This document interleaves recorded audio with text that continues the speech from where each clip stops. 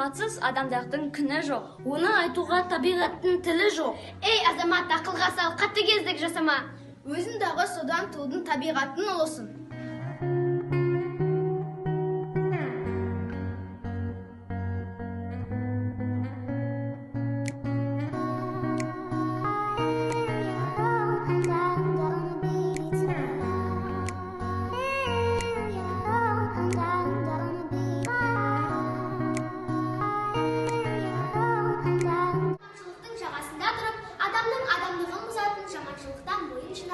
Бұл адамға нұр болады деп айтылғандай, қазіргі уақытта көптеген аурулар дүние жүзінің халқын алаңдатып отырған ғаламдық мәселе.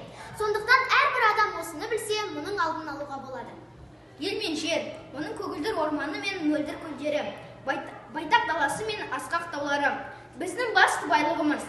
Жер, су, ауа, адам баласын ұрпағынан ұрпағына мұра болып келе жатқан мол қазына. Әрбір ағашты, әрбір бұтақты, жалғыз дәнді де сақтау, қамқор болу біздің міндетіміз. Оны аялай білейік.